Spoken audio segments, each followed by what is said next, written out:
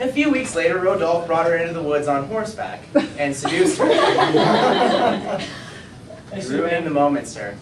A few weeks later, Rodolphe brought her into the woods on horseback and seduced her. Emma, je l'ai fait en général de What on earth does that mean? It means that you are the sun to my earth, the oyster that keeps the pearl of my soul sheltered and full of love. It actually meant, I can see your trousers. Please ask the salmon to do a waltz for the king of Siam. But Emma did not know a lick of French, so she was wooed all the same. Then Rodolphe finally made his move. Emma, my darling, let us make love here in this unromantic location in the middle of the woods where any mother or forest creature could attack us. Emma was still distraught. No, Rodolphe, I couldn't. I just couldn't. Oh, what the hell, let's do it. And they did. Thus began the affair of a lifetime. They made love constantly, day in and day out. Rodolphe was perfectly content with their relationship. But Emma was growing a little too happy with their relationship. Her romance novel affair was starting to get to her head. Oh my lord, Rodolphe, do you think we'll be friends forever? Can I have a picture of you? Can I have some of your hair? Today I saw your face in a cloud. Don't ignore me! I'm sorry I yelled at you. You're just so good to me.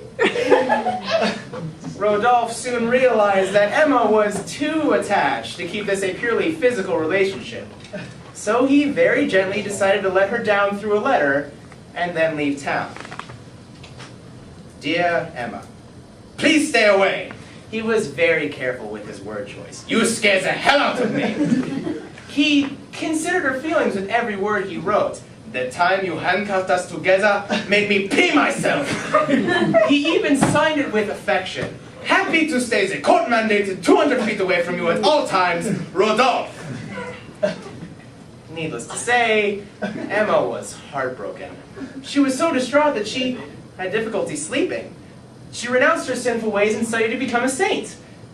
When that didn't work, she sunk even deeper into depression.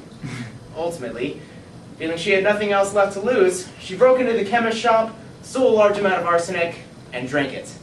She expected a quick, painless death. However, over the next week or so, her body was racked with pain, the likes of which mankind has never known. Ridiculous sum. Latin. I am ridiculous. She asked to see her daughter on her deathbed. My dear Bertha, how I love you. Oh, please stay away from me. But my dear, come here so I can tell you how much I love you.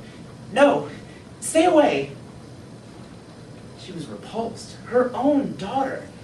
The child was taken away, and Emma continued to sob for her pitiful life. Her husband did his best to communicate his love, but she was too busy vomiting and being generally ill, and she paid him no attention. Finally, after a struggle with the poison, she collapsed, exhausted into her pillow. She was dead. Now, it was Charles's turn to be upset. He walked around for the rest of his life in a daze, mourning the love he had lost and blaming himself. One morning, he went out to sit by the lake. He sat down in his chair, went to sleep, and never woke up. His own daughter found him collapsed in the chair. The autopsy revealed no internal problems. One could say his own sorrow had driven him to an early grave. One could say that he, like a lovebird, couldn't exist without the woman who had loved him, no matter how she had acted.